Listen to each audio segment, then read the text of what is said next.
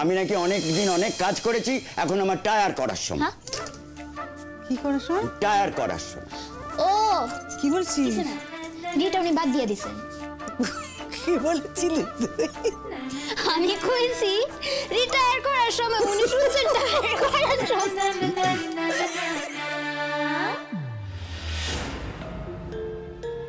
দেখ ছোট, দেখ একবার, এ বাড়িতে যেন শুধু ওরাই আছে। দেখছি তো সত্যি এমন ভান করছে না যেন এ বাড়িতে আমরা কোনোদিন থাকতামই না। দিদিভাই যা শুরু করেছে না রে ছোট, বিশ্বাস কর আমার আর সহ্য হচ্ছে না। মেজদি, আমারও কি সহ্য হচ্ছে গো? কালকে ওই ময়না মেয়েটার জন্য তোমার ছোট দেওরের কাছে আমি অতগুলি কথা শুনেছি, ও আমি ভুলবো কখনো? তাই তো। আরে হলদে, ময়না তোকে এই কথা বললো? বললো তো। আর তুই চুপ করে রইলি? তুই কিছু বললি না, ছেড়ে দিলি? কি করে বলবো বলো? আগে বলতাম সে এক কথা, এখন তো ব্যাপারটা অন্য হয়ে গেছে না। এখন তো রোদ্দুর বাবার বউ হয়ে গেছে। অমন সর্বনাশটা কইরো না, আমার জীবনে রোদ্দুর দাদা বাবুর বউ বইল না কিন্তু। এই কি বললি? না না, কইতেছি রোদ্দুর দাদা বাবুর বউ ভাইবা আপনি আগে শুরু করেন না, বুঝছেন? তুমি যেমন আমার আগে সহ্য করতে পারতা না, না ঠিক তাই আমিও তোমার সহ্য করতে পারুম না, তুমিও আমার। বাস আর ঝগড়া খানো কইরো কিন্তু, তোমার তো নাইলে পেটের ভাত হজম হইব না, এত আমি জানি।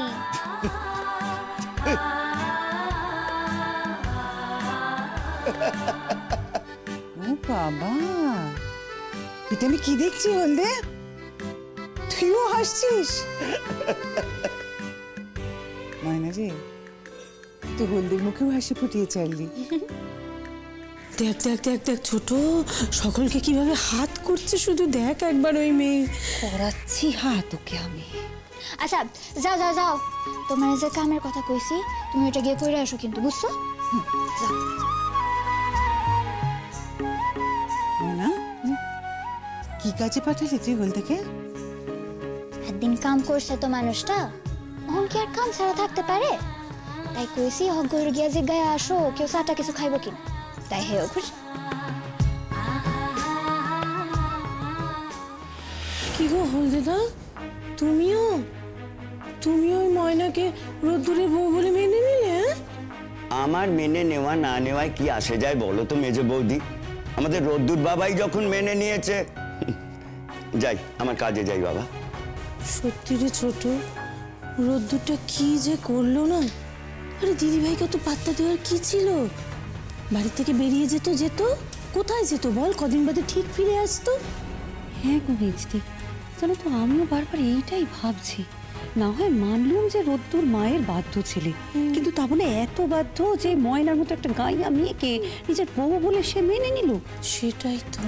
ওই ময়নাটা রোদ্দুরকে ঘরের ভেতরে দাঁড় করিয়ে যে কি বোঝালো যে ছেলে ঘর থেকে বেরিয়ে এসে ময়নাকে বিয়ে করতে রাজি হয়ে গেল। রহস্য রে ছোট, রহস্য। কিছু তো একটা ব্যাপার আছে, নইলে ভাবনা দুজনে মিলে ঘরের ভেতরে গিয়ে কি এমন কথা বললো যে রোদ্দুর একেবারে বাইরে বেরিয়ে এসে শটাং রাজি হয়ে গেল।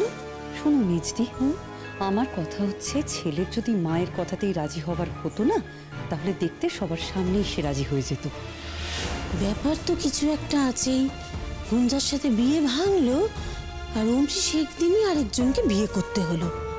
এও কি সম্ভব কখনো? হ্যাঁ মেজদি, আজ বউ ভাত হচ্ছে, মানে রাতে ফুলসজ্জা, নজর রাখতে হবে।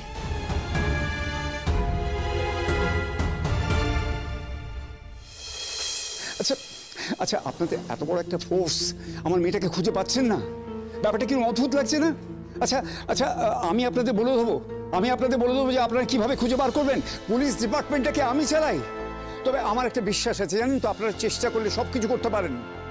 একটা মেয়ে, কাল রাত থেকে তার কোনো খোঁজ নেই। আপনারা আমাদের অবস্থাটা বুঝতে পারছেন।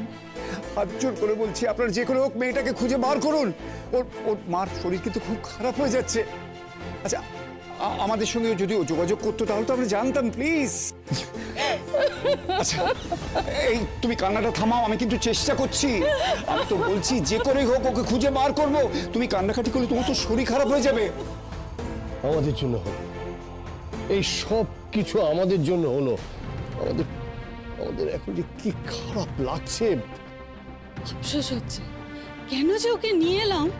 ও যে এমন একটা কাজ করতে পারে স্বপ্নেও ভাবতে পারিনি। আমি যখন বলেছিলাম তখন তো তোমরা কেউ শোনোনি। তখন যদি তোমরা একটু সাবধান হতে।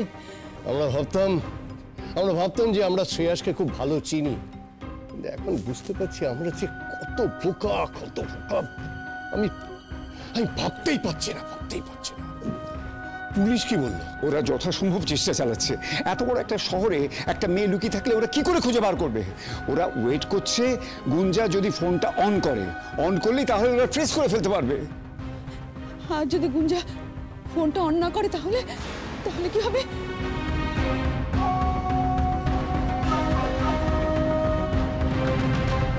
আমি এখন কি করবো? আমি তো কিছু বুঝতে পারছি না। আমি কি করবো? যে আজ তুমি আমাকে কেন এভাবে পথে বসিয়ে দিয়ে চলে গেলে? আমি এখন কোথায় যাব? আমি না এখন বাড়ি যেতে পারবো না কিছু। আমি কি করবো এখন? আমি ভালো বুঝতে পারছি। আমি এখন কি করব? আমি বুঝতে পেরেছি তুমি আমাকে বিয়ে করবে না বলে আমার সাথে তুমি এটা করলে। সেই জন্য তুমি কালকে আমাকে বিয়েটা করতে চাইলে না। আমি কি করবো এখন? কি করবো আমি?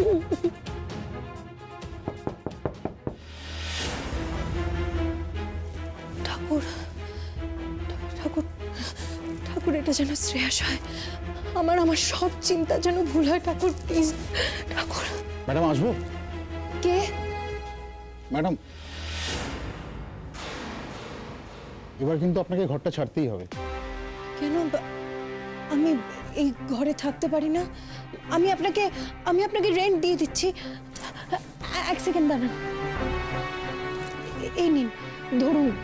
এটা আপনাদের হোটেলের রেন্ট। না সরি, আমরা এইভাবে গয়না নিতে পারি না। তাহলে অন্তত আমাকে একটু সময় দিন। আমি না হয় এটা গিয়ে বিক্রি করে আপনাকে টাকাটা এনে দিচ্ছি। সরি ম্যাডাম, এই ঘরটা তো আগে থেকেই বুকিং আছে। তাহলে অন্য কোনো একটা ঘর আমাকে ব্যবস্থা করে দিন। সরি ম্যাডাম, আমরা আপনাকে কোনো ঘরই দিতে পারবো না। আপনার ব্যাপারটা যে একটু গন্ডগোলের ব্যাপার সেটা আমরা বুঝতে পেরেছি, তাই আমরা কোনো রিস্ক নিতে পারবো না। না রিস্ক কিসের রিস্ক? মানে আমাকে ঘর দিতে আপনাদের রিস্ক কেন হবে? আপনি তো একবার সুইসাইড করতে গেছিলেন, আবার যদি এখানে কিছু করে বসেন। হোয়াট? সুইসাইড করতে গেছিলাম আমি? না মানে আপনাদের এই কথা কে বলেছে? মিস্টার শ্রেয়াস, উনি তো আমাদের বলেছেন যে আপনার নাকি ওনার জন্য মাথা খারাপ হয়ে গেছে। উনি আরও এও বলেছেন যে আপনার নাকি বিয়ে ঠিক হয়েছিল আর আপনি তাই পালিয়ে ওনার কাছে চলে এসেছেন, এবং বলেছেন যে আপনি যদি ওনাকে বিয়ে না করেন তাহলে আপনি সুইসাইড করবেন। আর তার জন্যই তো উনি আমাদের রিকোয়েস্ট করেছিল যে একদিনের জন্য ঘরটা দিতে। আর কালকে আপনাকে ওই বিয়ের পোশাকে দেখে আমরা সেই গল্পটা বিশ্বাসও করে নিয়েছিলাম, কিন্তু এখন তো বুঝতে পারছি যে উনি পালিয়েছেন। আর এইসব কেসে আমরা কোনো ঝুঁকি নিতে পারবো না, তাই ম্যাক্সিমাম 15 মিনিট টাইম দিচ্ছি, আপনাকে ঘরটা ছাড়তেই হবে, নাহলে কিন্তু আমরা পুলিশে খবর দেবো। ম্যাডাম, একটা কথা বলবো? আমার কেন জানি না মনে হচ্ছে গন্ডগোলটা মিস্টার শ্রেয়াসের মধ্যেই আছে, তাই আপনি বাড়ি ফিরে যান। নিজের সর্বনাশ আমি নিজে হাতেই করলাম শ্রেয়াসকে বিশ্বাস করে। এখন আমি কোন দিকে যাব?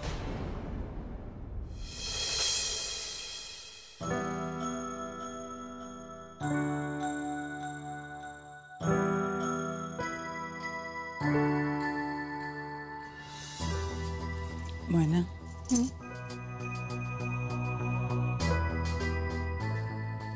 সকলের মুখে হাসি ফোটাচ্ছিস, আমার ছেলেটার মুখে একটু হাসি ফুটিয়ে দে না ময়না।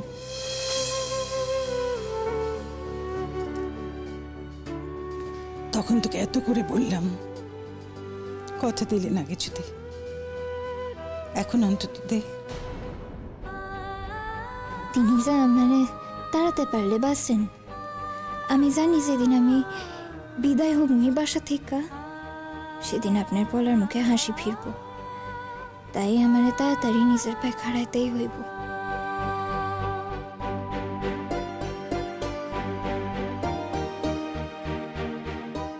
কি রে, কিছু বলছিস না যে? আসলে কি জানো তো বড় মা, হুতুম তার চাচার মুখে হাসি ফোটানো খুব কঠিন। একদিনে তো হইব না, একটু তো সময় লাগবো। এই খুব না, আমার ছেলেকে হুতুম পেঁচে বলছো তুমি? এই যা ভুলে গেছি, দেখছো? কি বললি? চিংড়ি মাছের একটা স্পেশাল ডিশ রান্না করুন ভাবছিলাম, কিন্তু ওইটা না আমার থেকে বেশি ভালো ঠাম্মা জানে। আমি না একবার যাই গিয়ে গায়ে আসি, বুঝছো? তুমি এখানে থাকো, কিছুতে হাত দেবে না, আমি কিন্তু সব করুম, কিছু করবে না।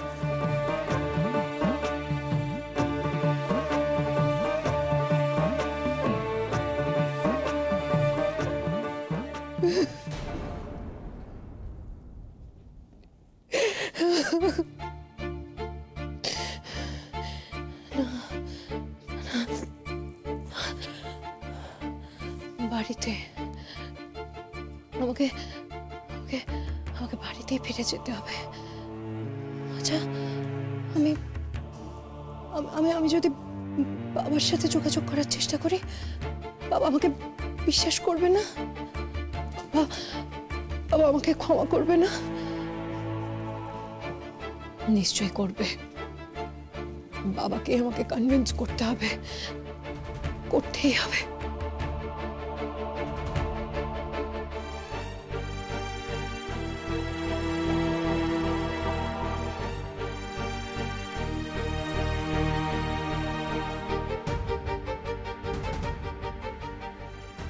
বাবাকে কিছু একটা বানিয়ে বলতে হবে।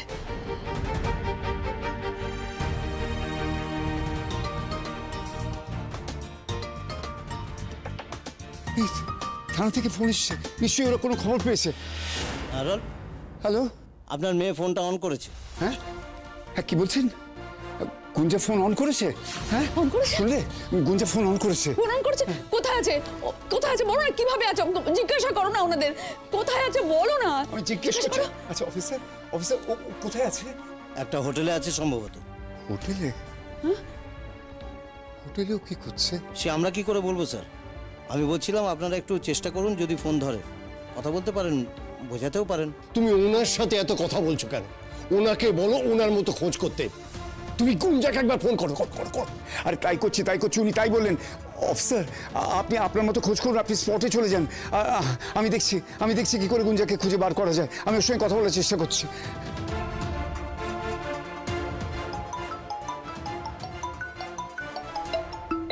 বাবা ফোন করছে। না না বাবা, এইটা হইতে পারে না। আচ্ছা কেন হতে পারে না? আচ্ছা আপনি এত কোণঠাবোধ কেন করছেন বলুন তো? কারণ আমি খুব ভালো করে জানি যে আজ বা দু একদিনের মধ্যে টাকাগুলো জোগাড় করা সত্যি খুব অসুবিধে আছে। আর দেখুন, এটা যদি আপনার দেশ হতো, আমি না আপনাকে অনুরোধটা করতাম না। আর তাছাড়া আমি তো আপনাকে এই টাকাগুলো একেবারে দিয়ে দিচ্ছি না। আপনি আপনার দেশে ফিরে গেলে আপনি টাকাটা আমাকে ফিরিয়ে দেবেন, আমি তো আপনাকে সাহায্য করছি, ব্যাস। আর আপনি সবকিছু ভুলে যান না। শুধু এটুকু ভাবুন যে একজন মানুষের পাশে বিপদের সময় আরেকজন মানুষ দাঁড়াচ্ছে। না বাবা না, আমি কিছু না কিছু সমাধানের পথ বাহির কইরা লুমু। তাতে যে আমার সমস্যা মিটবে না, কারণ আমার মায়ের হুকুম যে আপনার যেন কোনো অসুবিধা না হয়। দেখুন, আমি কিন্তু আমার মায়ের হুকুম মানি। জানি বাবা, না হইলে কি তুমি আমার মায়ের বিয়া করতে?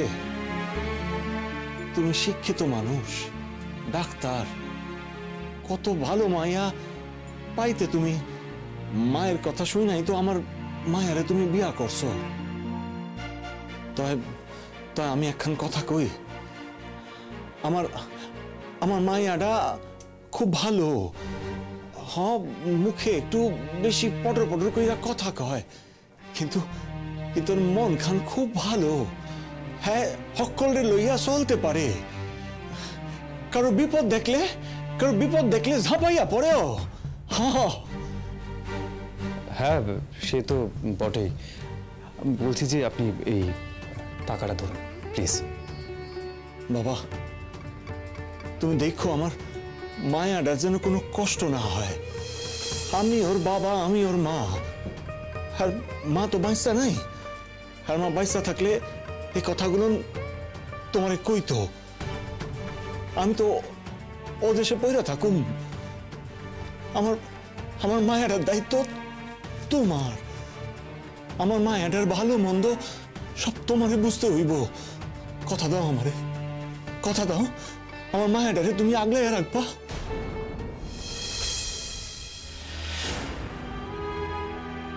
না না, একবারে ফোনটা ধরলে হবে না, আরো 2-3 বার ফোনটা করুক। ফোন ফোন ধরছে না কেন?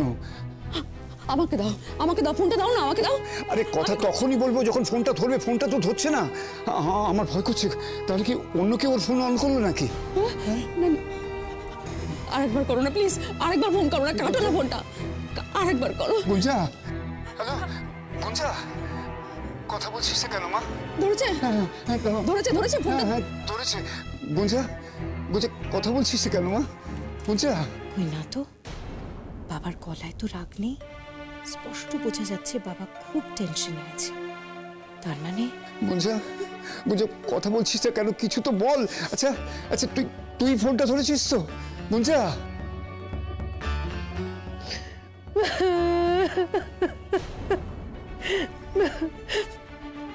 বাবা, বাবা আমি ফোন ধরেছি। ধরেছে? তুই স্পিকারে দাও, স্পিকারে দাও। আমাকে খোঁজো না বাবা, আমাকে তোমরা খোঁজো না। আমার জন্য তোমাদের অনেক অপমান হয়েছে। গুঞ্জা, গুঞ্জা যা হওয়ার হয়ে গেছে, যা হওয়ার হয়ে গেছে মা। তুই তার জন্য তুই আমাদের নাম শাস্তি দিচ্ছিস কেন? ফিরে আয় মা, ফিরে আয়, ফিরে আয়। না মা না, আমি তোমাদের এই মুখ কি করে দেখাবো তুমি বলো? একদম উল্টোপাল্টা কথা ভাববি না গুঞ্জা, ফিরে আয়। আমি বুঝতে পেরেছি বাবা যে আমি কত বড় ভুল করেছি। বাবা, বাবা আমার ভুল হয়ে গেছে, আমি বুঝতে পেরেছি, আর তার শিক্ষাও আমি পেয়ে গেছি বাবা। আমি একেবারে অন্ধ হয়ে গেছিলাম বাবা, একেবারে অন্ধ হয়ে গেছিলাম। আমি সব শুনবো, সব শুনবো। তুই ফিরে আয় মা, ফিরে আয় আমাদের কাছে, ফিরে আয় মা, ফিরে আয় মা। আসছি বাবা, আমি আসছি।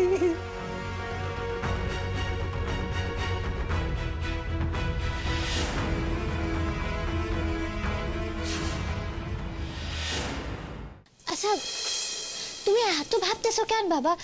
উনি কথা দিয়েছেন তো আমারে যে উনি আমার খেয়াল রাখবেন। তোমার লজ্জায় কিছু কইতে পারতেছেন না। আচ্ছা শোনেন, আপনারা ডাকতেছে, আপনি একটু বাইরে যান।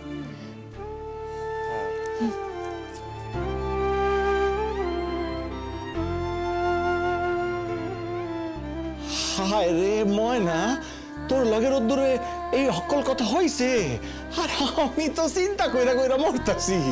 হইছে তো, কথা হইছে। কি কথা হইছে? কি কথা হইছে আমারে ক না। এইভাবে বিয়াটা হইল বইলা রোদ্দুরের মনে কোনো আফসোস নাই তো?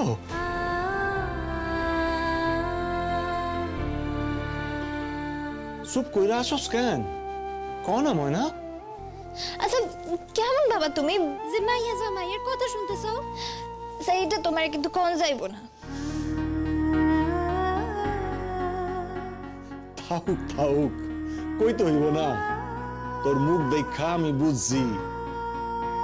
বাবা হইয়া মাইয়া জামাইয়ের কথা কেমনে শুনুম? ঠিক হইতো, কিন্তু বাবা হইয়া তো মায়ার কথা শোনন যায়। হ্যাঁ ময়না মা, তোর মনে কোনো আফসোস নাই তো? এইটা অন্তত ক আমারে। আফসোস? কি আর আফসোস থাকবো? মা ছিল না, মারে পাইছি, তা আবার বন্ধুর মতো। দেখলা তো সকালবেলা।